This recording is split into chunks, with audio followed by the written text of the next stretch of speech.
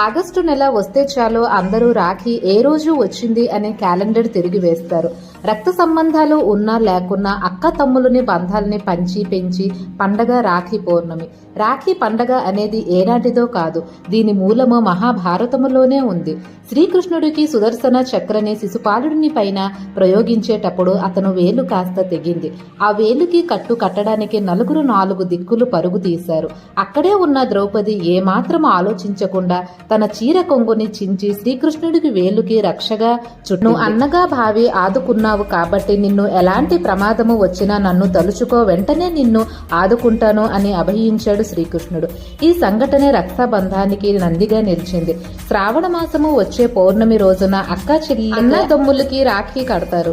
అందుకు బదులుగా జీవితాంతము వాళ్ళకి కంటికి రెప్పలా కాచుకుంటారు అని వాగ్దానం ఇస్తారు సోదరులు. రాఖీ పూర్ణిమ రోజు కట్టే రాఖీలో అసామాన్యమైన శక్తి